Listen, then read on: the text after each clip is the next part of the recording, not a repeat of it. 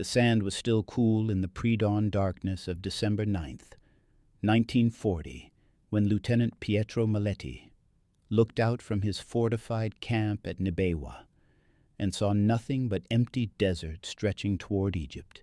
His men, veterans of Mussolini's 10th Army, had spent months building what they believed was an impregnable defensive line, a chain of fortified camps stretching across the western desert, each one a small fortress bristling with artillery and protected by minefields.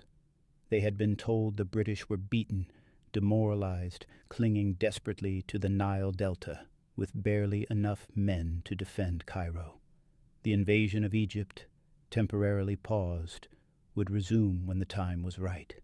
What Maletti could not know, as he watched the eastern horizon begin to brighten, was that his entire understanding of the war in North Africa was about to be shattered in the most violent and complete way imaginable. Within 72 hours, the fortress he stood in would be a smoking ruin. Within 2 months, the entire Italian position in Libya, an army of over 200,000 men, would cease to exist, and the British force that would accomplish this seemingly impossible feat numbered fewer than 36,000 fighting men. The story of Operation Compass remains one of the most stunning reversals in military history, not because of its strategic importance alone, but because of what it revealed about the gap between perception and reality in the Desert War. The Italians had built their entire defensive strategy on assumptions that proved catastrophically wrong. They believed they faced a broken enemy. They believed their fortified camps were unconquerable. They believed the desert itself was their ally, making any large-scale offensive impossible. In the span of weeks, British and Commonwealth forces would methodically dismantle every single one of these beliefs, advancing not the planned 4 days' march, but 420 miles into Libya, destroying 9 Italian divisions and capturing over 130,000 prisoners, all while suffering fewer than 2,000 casualties themselves. This is the story of how professional soldiers discovered that everything they had been told about their enemy, their position, and the nature of desert warfare was a lie. If you're enjoying this deep dive into the story, hit the subscribe button and let us know in the comments from where in the world you are watching from today.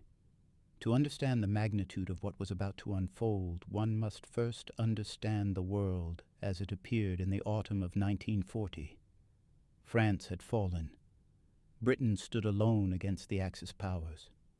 In North Africa, Italian forces under Marshal Rodolfo Graziani had invaded Egypt in September, advancing cautiously 60 miles to the coastal town of Sidi Barrani before stopping to consolidate.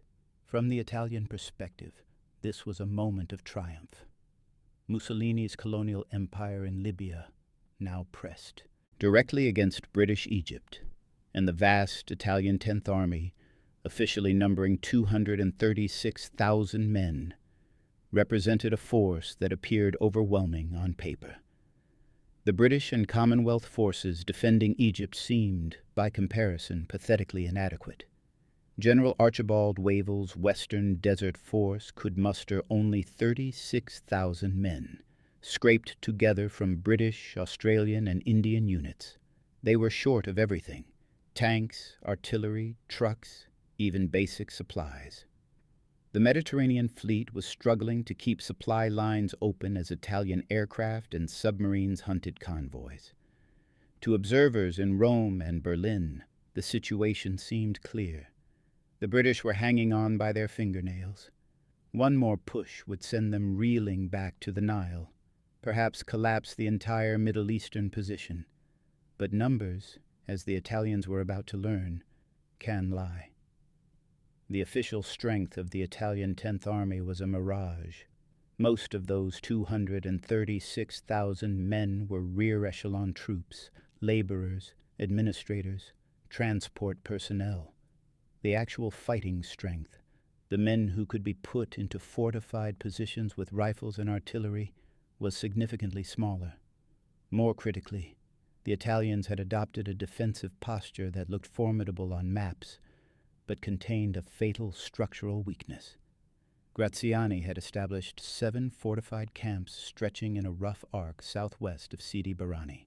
Each camp, Nibewa, Tumar West, Tumar East, Point 90, Maktila, Sofafi, and Rabia, was designed as a self-contained fortress. Surrounded by barbed wire, minefields, and extensive earthworks, each camp held roughly 5,000 to 10,000 men with supporting artillery. The logic seemed sound. Any British attack would have to assault these fortresses one by one, bleeding itself white against prepared defenses. The camps were positioned to support each other with artillery fire, creating overlapping fields of death for any attacker. The flaw, invisible to Italian commanders but glaringly obvious to British planners, was the gaps. The camps were separated by distances of 10 to 15 miles. Between them lay open desert, navigable by tracked vehicles and experienced desert drivers. Each fortress was strong, but they were not a continuous line. They were islands, and islands can be isolated.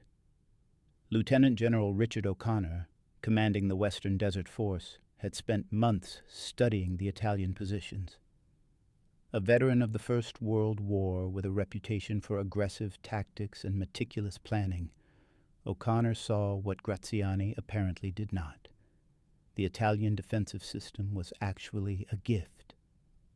Rather than attacking the fortresses frontally, British forces could infiltrate between them, cut them off from each other, and destroy them in detail. The desert, which Graziani thought protected his flanks, was actually a highway for the mobile, mechanized force O'Connor was building. The British had one crucial advantage that wasn't reflected in any order of battle. Their tanks were better. Not more numerous, the Italians actually had more tanks overall, but fundamentally superior in the type of combat desert warfare demanded. The British fielded the Matilda II infantry tank, a slow, heavily armored vehicle whose 3-inch thick frontal armor was impervious to every Italian anti-tank gun in North Africa. Italian gunners would watch in horror as their shells bounced harmlessly off Matilda hulls. The Italians' own tanks, primarily the L-333 and L-335 light tanks, were armed with machine guns.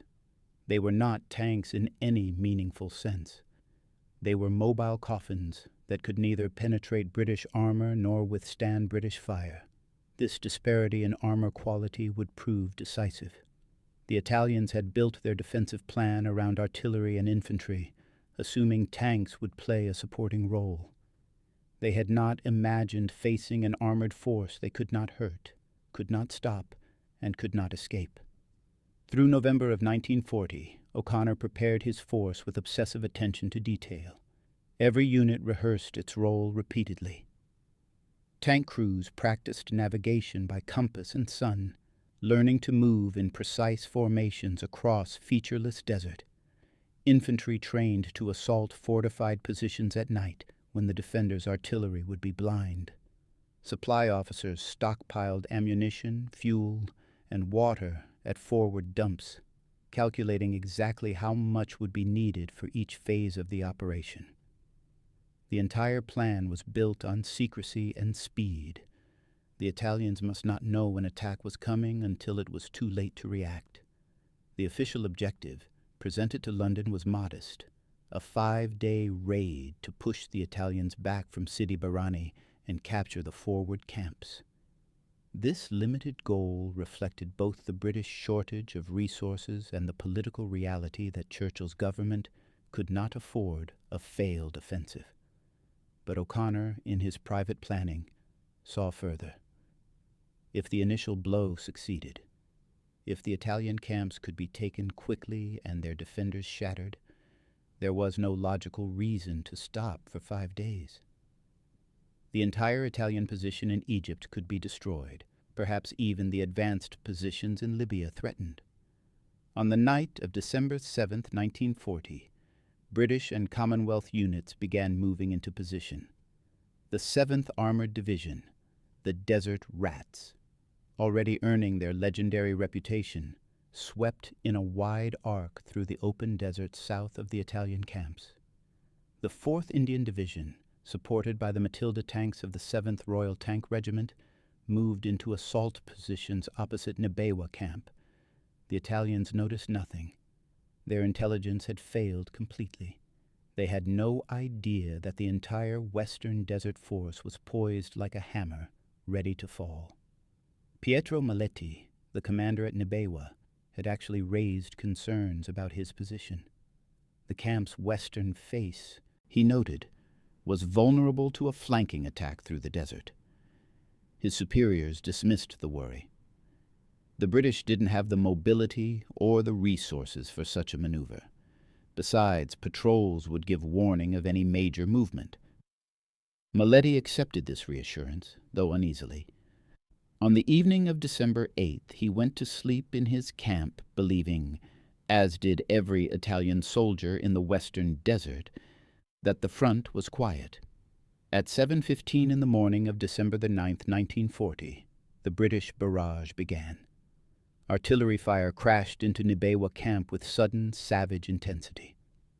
Before the defenders could fully man their positions, Matilda tanks appeared through the dust and smoke, rolling over barbed wire and through minefields. The mines, hastily laid, proved ineffective against the heavy tanks. Italian gunners fired desperately at the approaching Matildas. Shells struck armor and ricocheted harmlessly into the sky. The tanks kept coming, their 2-pounder guns methodically destroying Italian strongpoints.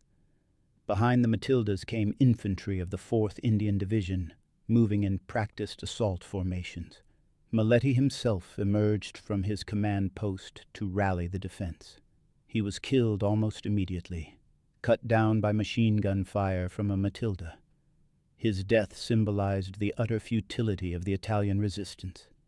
Without weapons that could penetrate the British armor, without any warning to prepare a coordinated defense, the garrison at Nibewa collapsed. By 9:40 that morning, less than 2.5 hours after the attack began, Nibewa camp had fallen.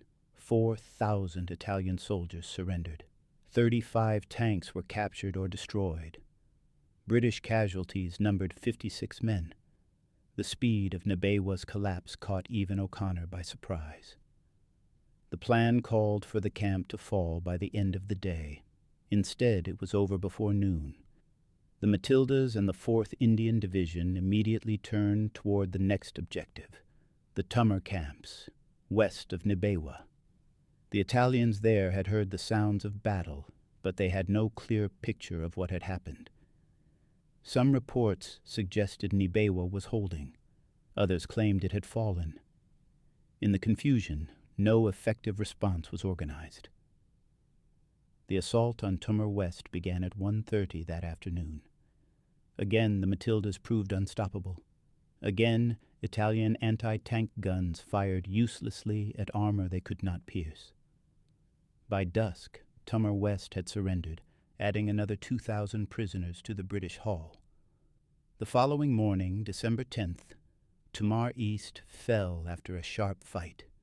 The pattern was repeating: brief, violent assault by tanks and infantry, followed by rapid collapse and mass surrender. What made these victories particularly devastating was not just their speed, but their completeness. The Italian camps were not merely defeated. They were annihilated as fighting units. Prisoners were counted in thousands. Equipment was captured intact. The survivors, shell-shocked and demoralized, could not explain what had happened. They had been in fortified positions. They had artillery. They had been told they were safe.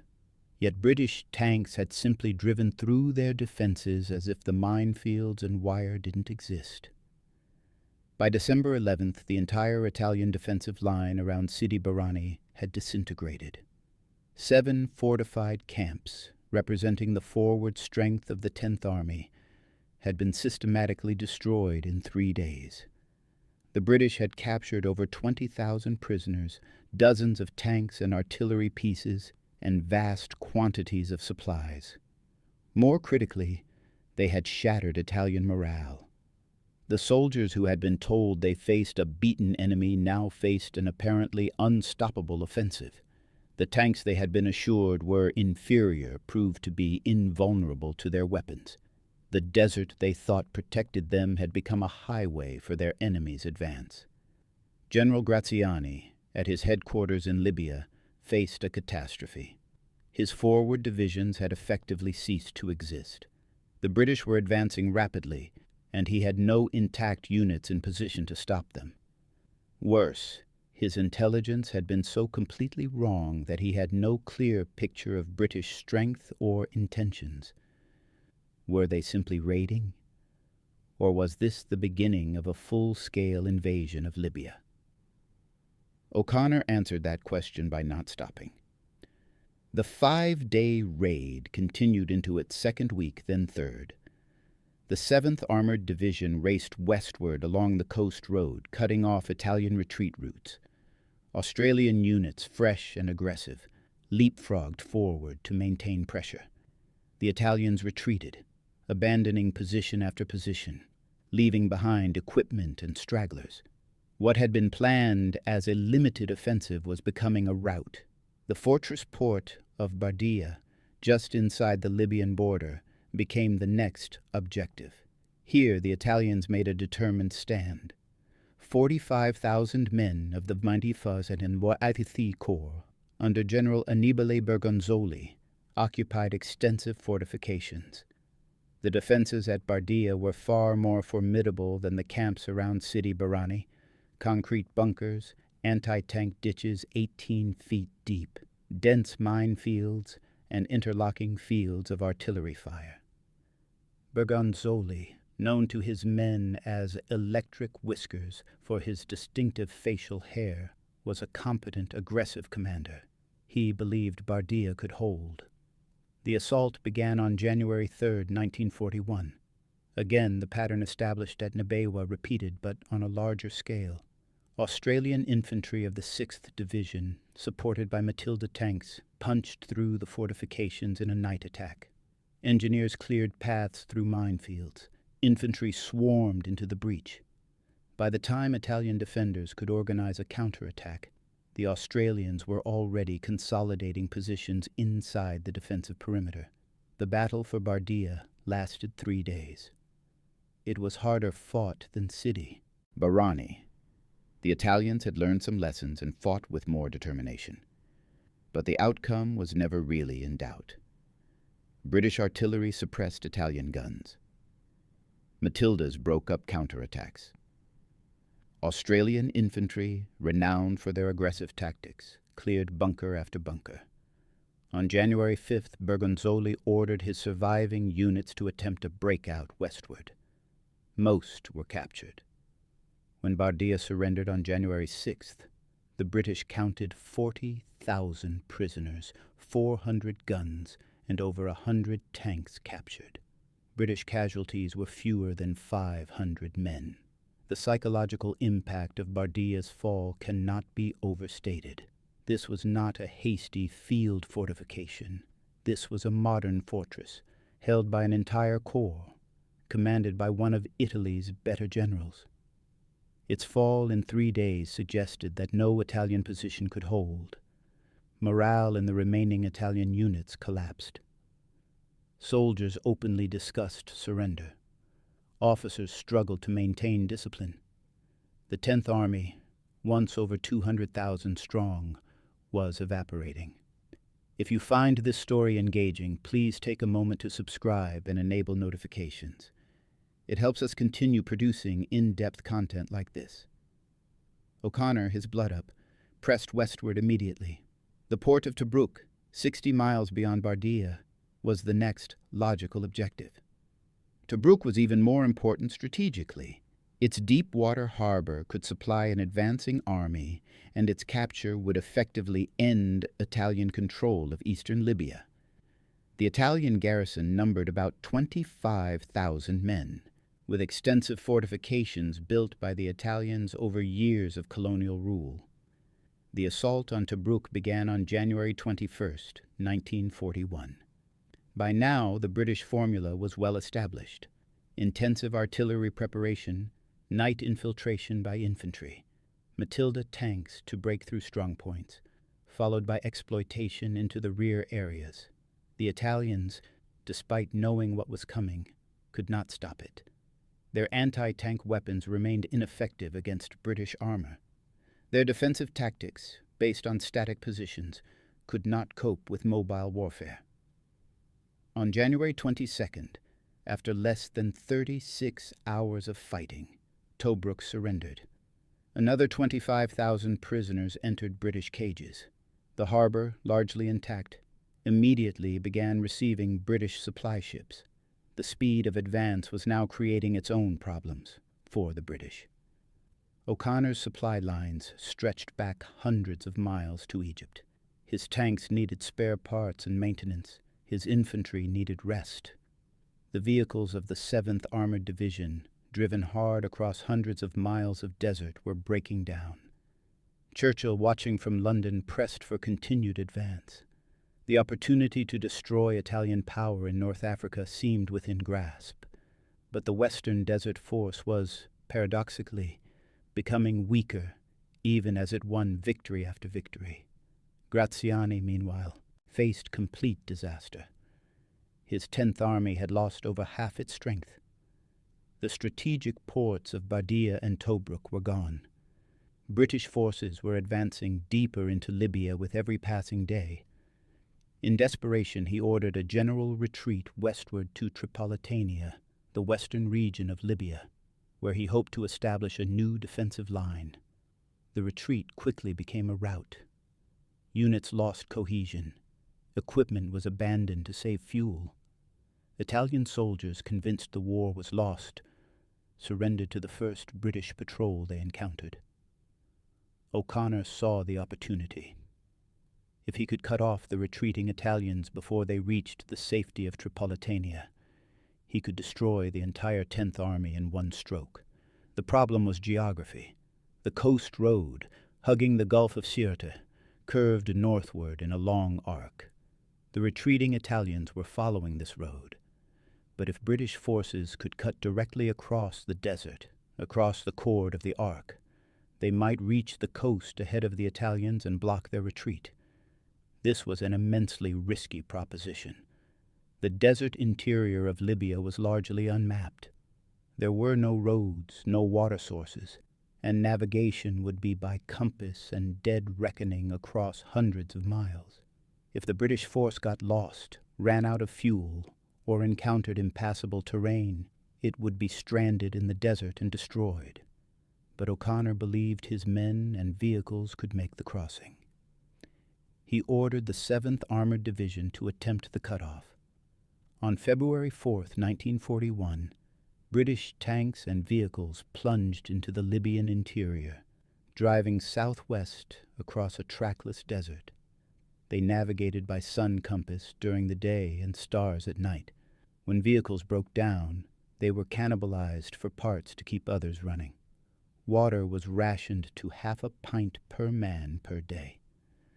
Fuel trucks raced back and forth to forward dumps, barely keeping the advance supplied.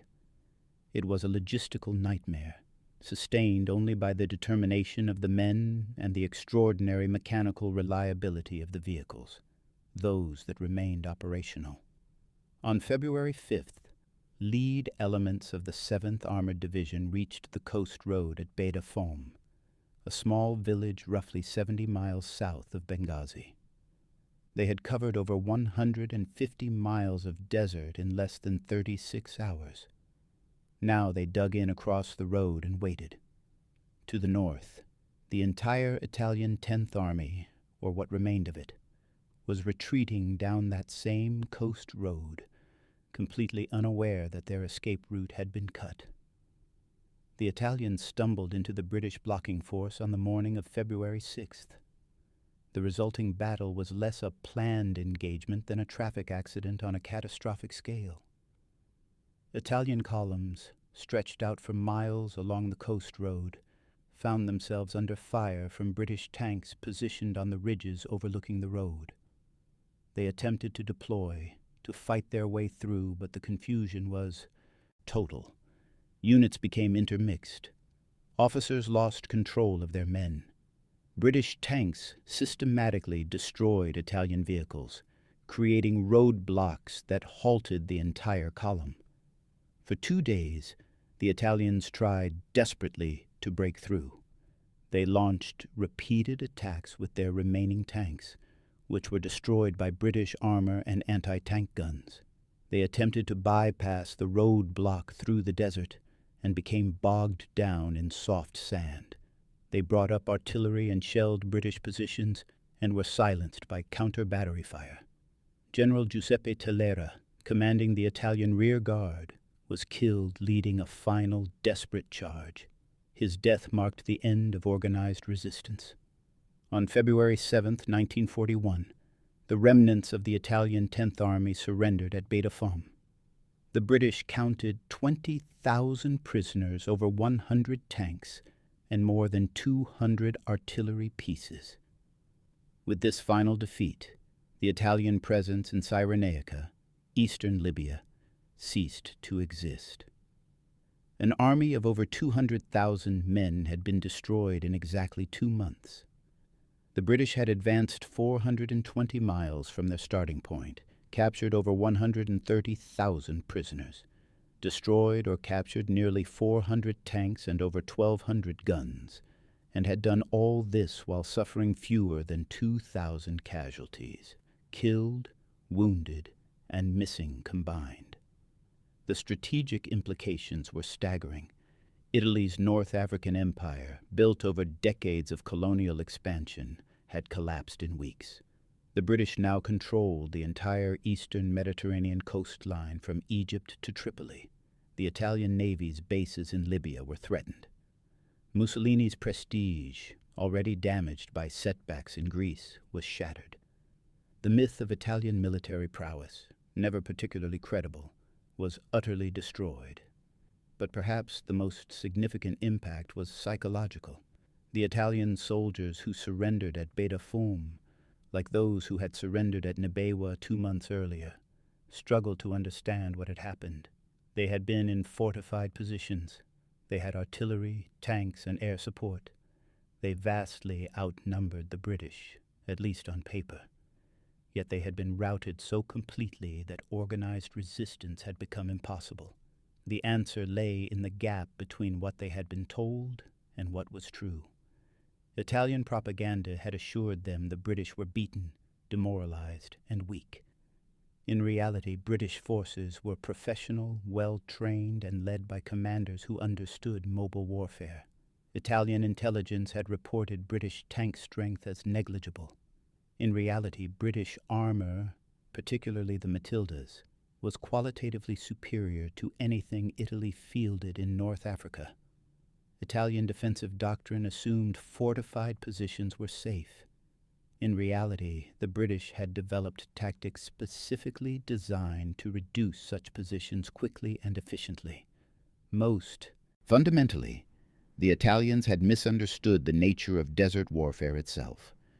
They treated the desert as an obstacle, something to be endured.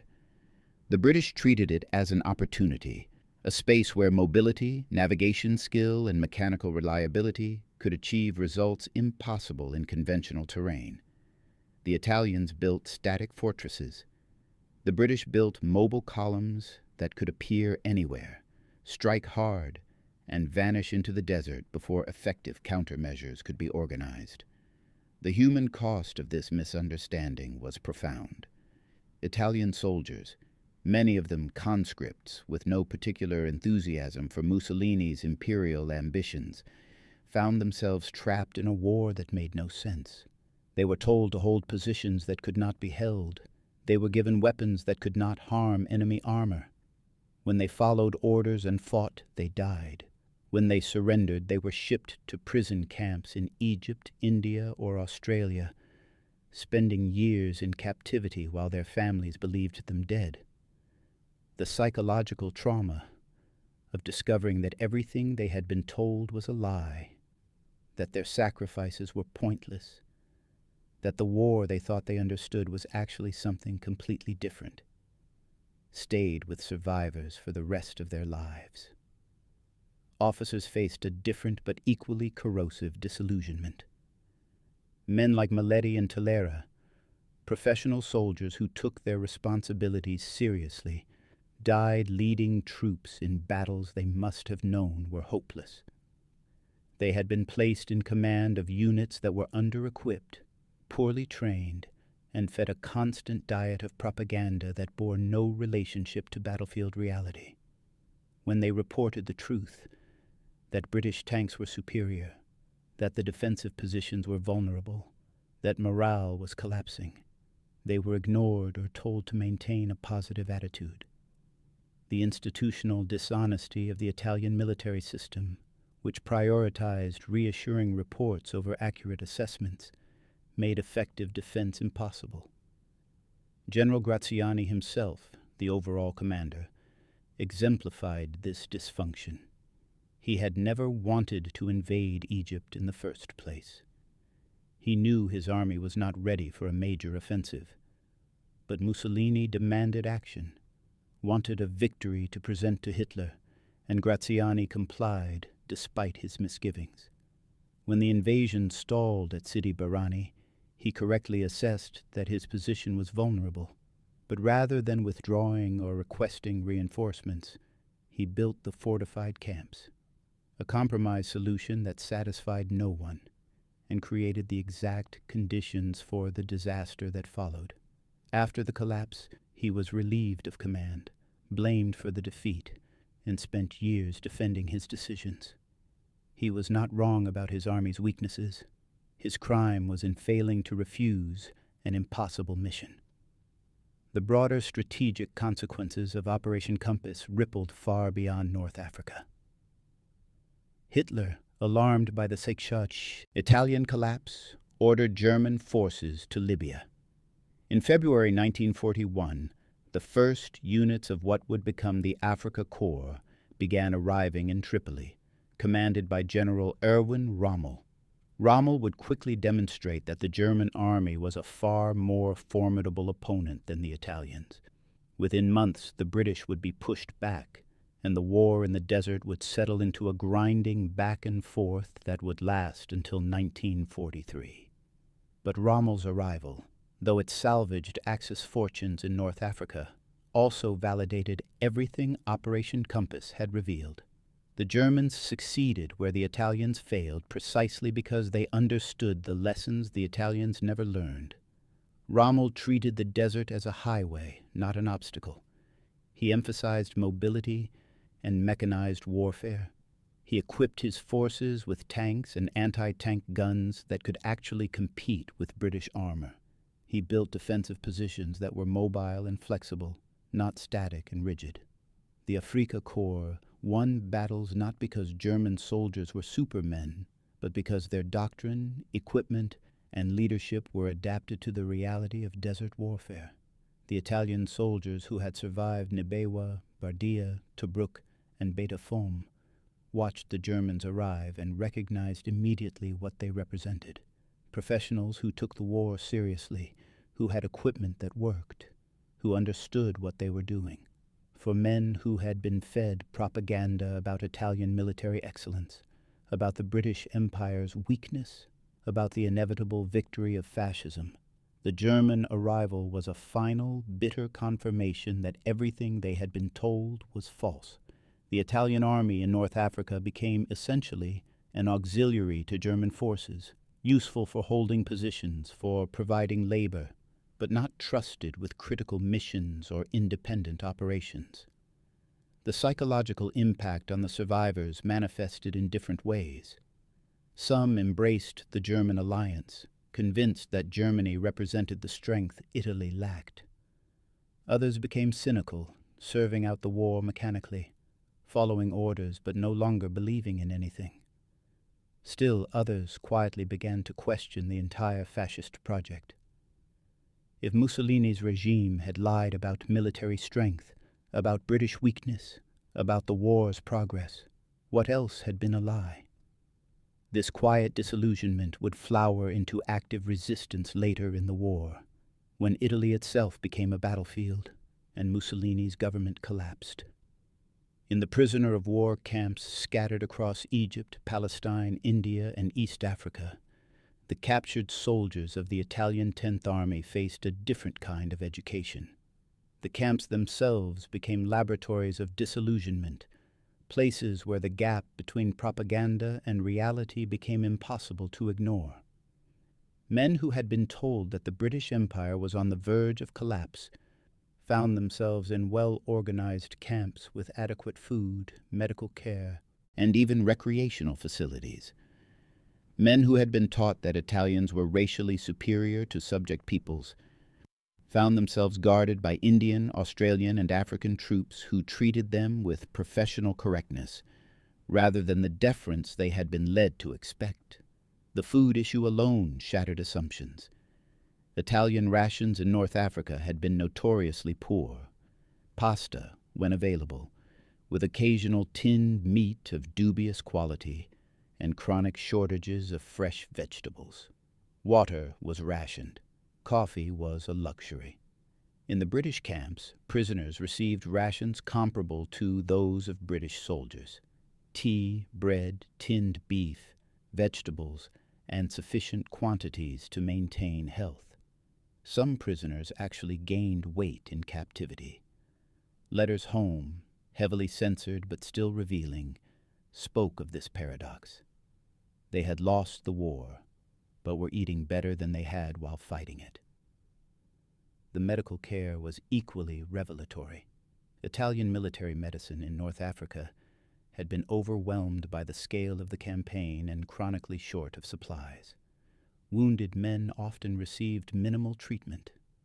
Diseases, dysentery, malaria, typhus, swept through units with little effective response. In British captivity, prisoners with wounds or illness received treatment in hospitals staffed by British and Commonwealth medical personnel. Men who had expected, based on Italian propaganda about British cruelty, to be neglected or abused found instead that their captors followed Geneva Convention requirements scrupulously. This wasn't altruism.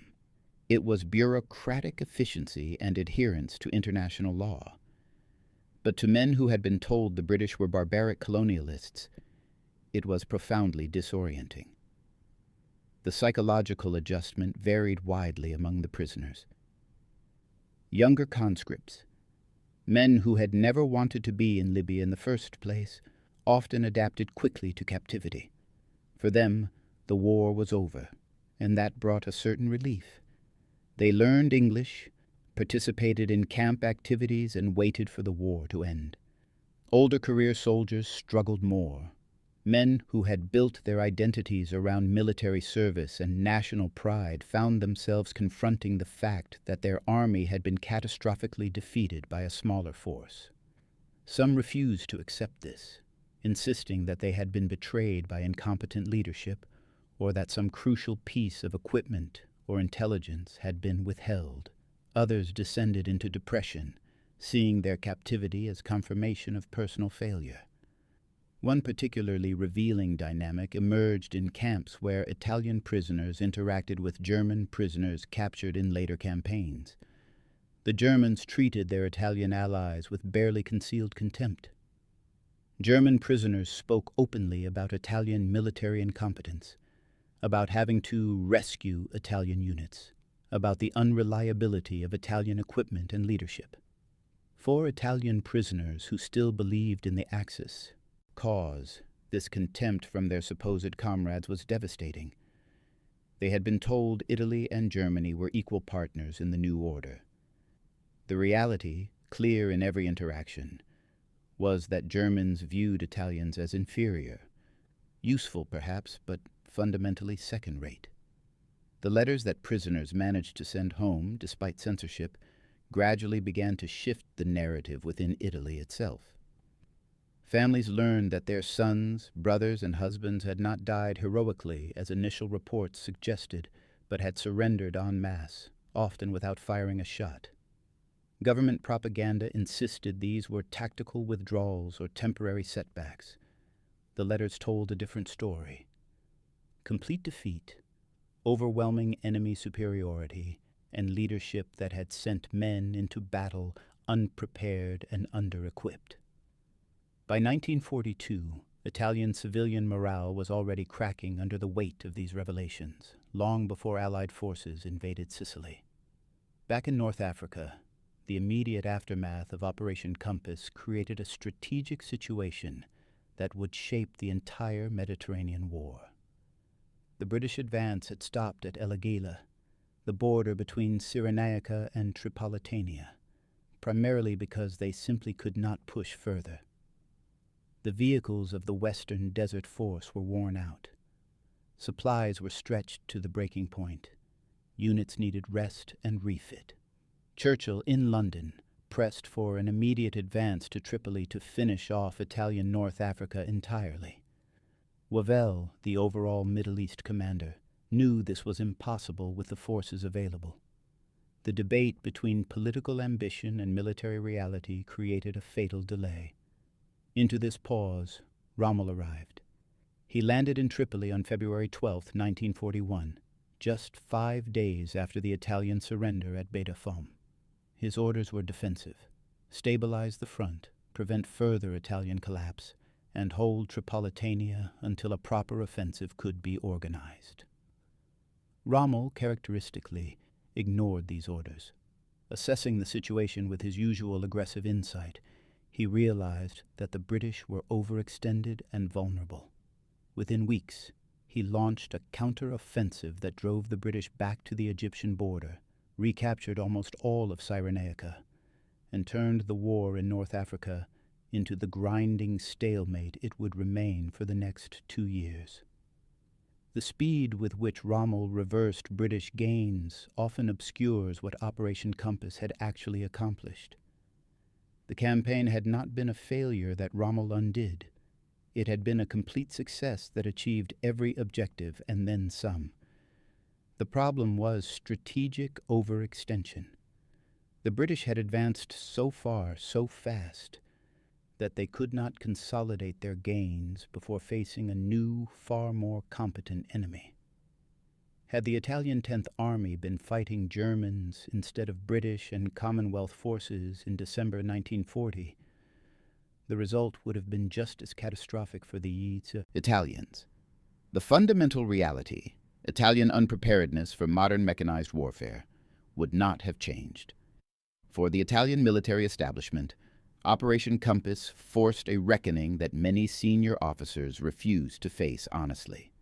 The official explanations emphasized British numerical superiority, a lie. British forces were consistently outnumbered throughout the campaign. They blamed poor intelligence, true, but intelligence failures resulted from institutional dysfunction, not bad luck. They cited the difficulty of desert warfare, ignoring that the British faced the same desert and mastered it. The one explanation rarely offered officially, but whispered privately among junior officers and survivors, was the simplest. The Italian army in North Africa had been unprepared, under-equipped, poorly led, and fed a diet of propaganda that bore no relationship to reality. The technological gap was particularly difficult to explain away. Italy was an industrialized nation with a sophisticated arms industry. The country produced tanks, aircraft, and artillery.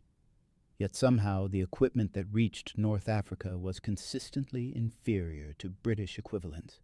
The L-3 tankettes, armed only with machine guns, were obsolete before the war began. Italian anti-tank guns could not penetrate British armor. Italian trucks were unreliable. Even small arms, rifles and machine guns, were of lower quality than British weapons. This wasn't a question of industrial capacity. It was a question of procurement priorities, corruption, and a military leadership that accepted inadequate equipment rather than demanding better. The anti-tank gun situation exemplified the dysfunction. Italian forces in North Africa were equipped primarily with the Cannonade 4732, a 47-millimeter anti-tank gun that could theoretically penetrate 30 millimeters of armor at 500 meters under ideal conditions. The Matilda II's frontal armor was 78 millimeters thick. Simple arithmetic should have told Italian planners that this gun was useless against British heavy tanks, yet no effective replacement was fielded. Soldiers were sent into battle with weapons that could not harm the enemy they would face. When they died or surrendered, the official explanation was that they had fought bravely but were overwhelmed. The truth, that they had been sent to fight with obsolete equipment by leaders who either did not know or did not care that this equipment was inadequate, was never officially acknowledged. This pattern of institutional dishonesty permeated the Italian military system. Officers who reported problems were seen as defeatist. Those who sent optimistic reports, regardless of accuracy, were promoted. The result was a command structure that had no accurate picture of its own capabilities or weaknesses. Graziani had told Mussolini that the 10th Army was not ready for offensive operations. He was overruled. When the British counterattacked, the weaknesses Graziani had identified became catastrophes. But the system that had created these weaknesses, the corruption, the procurement failures, the dishonest reporting, the prioritization of political loyalty over military competence, remained untouched. The human cost of this dysfunction cannot be measured purely in casualties, though even those were significant. Thousands of Italian soldiers died in North Africa between 1940 and 1943, many of them in circumstances where they had no realistic chance of success. But the psychological cost, the betrayal of trust between soldiers and their leadership, the disillusionment that came from discovering that everything they had been told was false, created scars that lasted far beyond the war itself. Individual stories from survivors illustrate this corrosion of belief. One account, from a junior officer captured at Bardia, describes the moment his unit's anti-tank guns opened fire on approaching Matildas. He watched the shells hit, saw them bounce off the armor, and knew immediately that his position was hopeless. His men kept firing because they had no other orders, wasting ammunition on a target they could not damage, while British tanks methodically destroyed their positions. When the order to surrender finally came, he felt not shame but relief. Relief that the farce was over, that he no longer had to pretend that following futile orders made sense. Years later, in his memoir, he wrote that the war ended for him at that moment. He spent 3 more years in captivity, but psychologically, the surrender at Bardia was his armistice. Another account, from an enlisted man captured at Beta-Fam, focuses on the retreat itself. His unit had been ordered to hold a position along the coast road while other units withdrew. They were told they would be relieved after 24 hours. The relief never came. British tanks appeared on the ridges around them. Artillery fire began falling with precision. The British clearly had observers directing fire. His unit's officers debated what to do: follow orders and stay in position, or retreat without orders and risk court-martial. The debate became moot when British infantry appeared behind their position, having infiltrated through gaps in the Italian line. Surrounded, with no realistic chance of fighting their way out, they surrendered. The soldiers' overwhelming emotion, recorded in a letter written years after the war, was anger, not at the British, who had simply outmaneuvered them, but at the leadership that had placed them in that position and then abandoned them.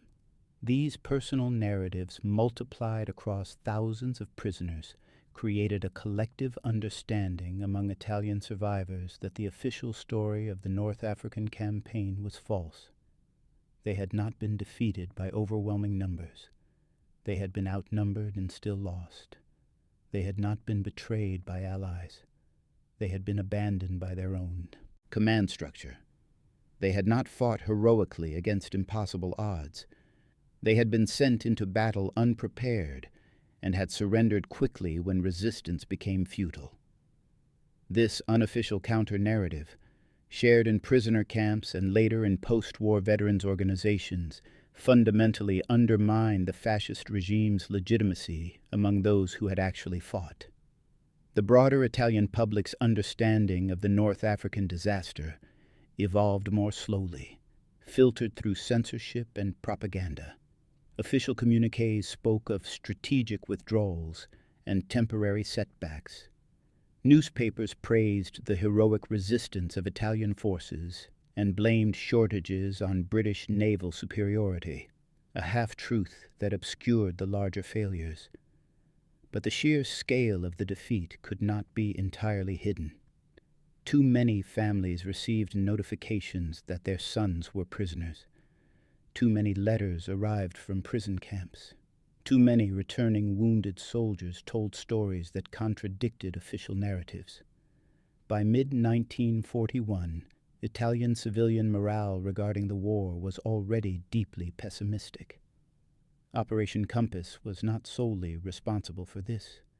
The failed invasion of Greece, the losses in East Africa, and the general hardships of wartime rationing all contributed. But the North African defeat had a particular sting because it exposed the hollowness of fascist propaganda about Italian military revival. Mussolini had promised that Italy would restore the glory of Rome, that Italian soldiers would prove themselves the equals of any army in Europe.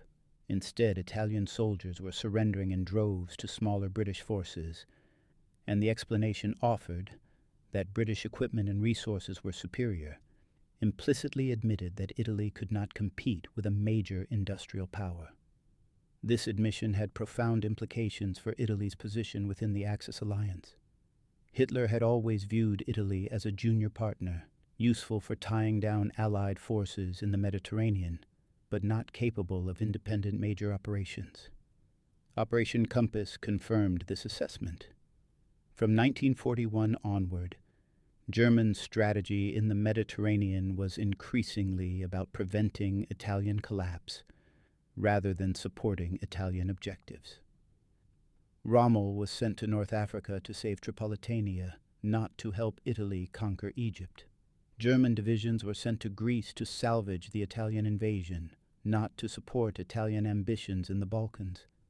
German aircraft were stationed in Sicily to protect Italian supply lines, not to support Italian naval operations. For Italian soldiers serving alongside German units after 1941, this subordinate status was humiliating but also, paradoxically, reassuring. Humiliating because it confirmed their inferiority in the Axis hierarchy. Reassuring because German competence meant they were less likely to be thrown into hopeless situations like those at Nabewa or Bedafom. Italian units, attached to German formations in North Africa, learned quickly to follow German procedures, use German tactics, and look to German officers for leadership even when Italian officers were nominally in command. This informal Germanization of Italian forces was an adaptation to survival, but it also represented the complete collapse of confidence in Italian military institutions. The question of why the Italian military performed so poorly in North Africa, and more broadly in World War II, has generated extensive historical debate. Some historians emphasize material factors: Italy's limited industrial base, poor equipment, inadequate logistics. Others focus on leadership, incompetent senior officers, political interference with military decisions, a culture that rewarded loyalty over competence. Still others point to morale. Italian soldiers lacked the ideological commitment of German troops or the professional pride of British forces, and surrendered more readily when faced with adverse circumstances. The reality, as Operation Compass demonstrates, is that all these factors interacted and reinforced each other. Italian industry was weaker than Britain's or Germany's, but it was capable of producing adequate equipment. It simply wasn't, due to corruption and mismanagement. Italian officers included capable professionals like Maletti and Tolera, but they operated within a system that ignored accurate reporting and rewarded political reliability. Italian soldiers were as brave as any others when properly led and equipped. The battalions that held Tobruk for 3 days fought hard, but they rationally surrendered when fighting became futile, which happened often given their inadequate equipment and poor leadership. What made Operation Compass particularly devastating was that it exposed all these weaknesses simultaneously. The British offensive was not just a military defeat, it was a diagnostic test that revealed every dysfunction in the Italian military system. Poor intelligence meant the British achieved complete surprise. Inadequate anti-tank weapons meant fortified positions offered no real defense. Rigid defensive doctrine meant Italian units could not adapt when British tactics bypassed their strong points. Logistics failures meant retreating units ran out of fuel and ammunition. Low morale meant soldiers surrendered readily once organized resistance collapsed. Each of these problems alone was serious. Together, they created a catastrophe. The long-term impact of Operation Compass on Italian military effectiveness was profound and permanent. After the initial defeats, Italian forces in North Africa never regained the confidence to conduct independent offensive operations. They held defensive positions, supported German attacks, and served as garrison troops. But they never again attempted anything resembling the September 1940 invasion of Egypt. The psychological damage, the knowledge that they had been routed by a smaller force, was irreparable. This loss of confidence manifested in concrete ways. Italian units became reluctant to engage British forces without German support. Officers hesitated to take initiative, fearing another disaster. Soldiers looked for opportunities to surrender rather than fighting to the death. This was not cowardice in any simple sense. It was a rational response to the reality that fighting was futile. But it created a self-fulfilling prophecy. Because Italian forces expected to lose, they fought half-heartedly, which ensured they did lose, which confirmed their expectations. The broader Italian war effort never recovered from the cumulative effects of defeats like Operation Compass. By 1942, Italy was essentially a defeated power continuing to fight only because Germany kept it in the war. The Italian Navy, after heavy losses to the Royal Navy, rarely ventured from port. The Italian Air Force was outclassed by British and American aircraft. The Italian Army, shattered in North Africa, Greece, and later Russia, could barely defend the Italian homeland. When Allied forces invaded Sicily in July 1943, Italian resistance collapsed almost immediately. Within weeks, Mussolini had been overthrown, and Italy had begun negotiating an armistice. The veterans of Operation Compass, those who survived captivity and returned to Italy after the war, carried with them bitter knowledge. They had been sent to fight a war their country was not prepared to win. They had been fed propaganda that bore no relationship to reality. They had been equipped with weapons that could not harm the enemy. When they followed orders and fought, they died or were captured. When they surrendered, they were blamed for cowardice. The betrayal they felt, the sense that their leaders had knowingly sent them into hopeless situations and then blamed them for the inevitable results, shaped their political consciousness for the rest of their lives. Many became deeply skeptical of militarism and nationalism, having seen where it led. Others turned to communism or socialism, seeking an ideology that claimed to value ordinary people over elite interests. Still others withdrew from politics entirely, wanting nothing to do with the systems that had betrayed them. But almost none retained any faith in the fascist ideology that had sent them to North Africa. The war had taught them, in the most brutal way possible, that propaganda and reality were not the same thing. The physical monuments to Operation Compass are scattered and largely forgotten. War cemeteries in Libya and Egypt hold the bodies of soldiers from both sides. Rusting tank hulls occasionally emerge from the desert sand, slowly being buried by shifting dunes. The fortified camps at Nibewa and Bardia are gone, their earthworks eroded by decades of wind and rain. Tobruk, which changed hands multiple times during the war, is now a Libyan city where the war is a distant memory, only historians and a few elderly veterans remember the names of battles that once seemed world-shaking. But the psychological monuments, the memories, the trauma, the disillusionment, lasted as long as the survivors themselves. The men who surrendered at Nibewa on that December morning in 1940, who watched Matilda tanks roll through defenses that were supposed to be impregnable, carried that memory for the rest of their lives. They remembered the moment they realized everything they had been told was a lie. They remembered the futility of firing weapons that could not harm the enemy. They remembered the relief, tinged with shame, of surrender. And they remembered that their suffering had been unnecessary, the result of leaders who sent them to war unprepared and then blamed them for losing. Thank you for watching. For more detailed historical breakdowns, check out the other videos on your screen now, and don't forget to subscribe.